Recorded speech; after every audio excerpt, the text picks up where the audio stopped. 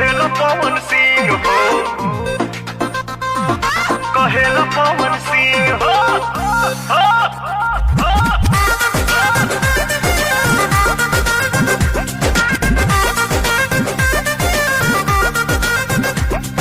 बना तो दिहले बाड़ू सबके अपन प्रेम दीवाना हो, अपन प्रेम दीवाना हो। बना तो दिहले बाड़ू सबके अपन प्रेम दीवाना हो।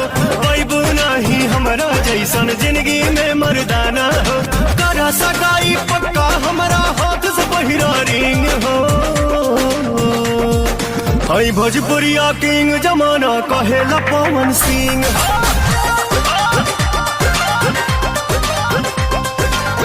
भोजपुरिया किंग जमाना कहेला पवन सिंह हो।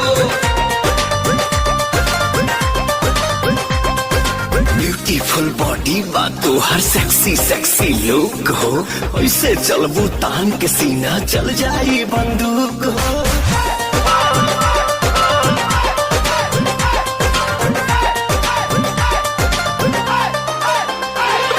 नाभि के नदिया से अखिया हटेल नहीं प्यारी हो। गोर देह गदराइल बाड़ू करे परी रखबारी हो, करे परी रखबारी हो। नाभि के नदिया से अखिया हटेल नहीं प्यारी हो। गोर देह गदराइल बाड़ू करे परी रखबारी हो, करे परी रखवारी हो, करे परी रखवारी हो।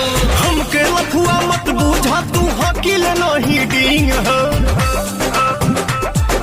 हई भोजपुरिया किंग जमाना कहेला पवन सिंह हो।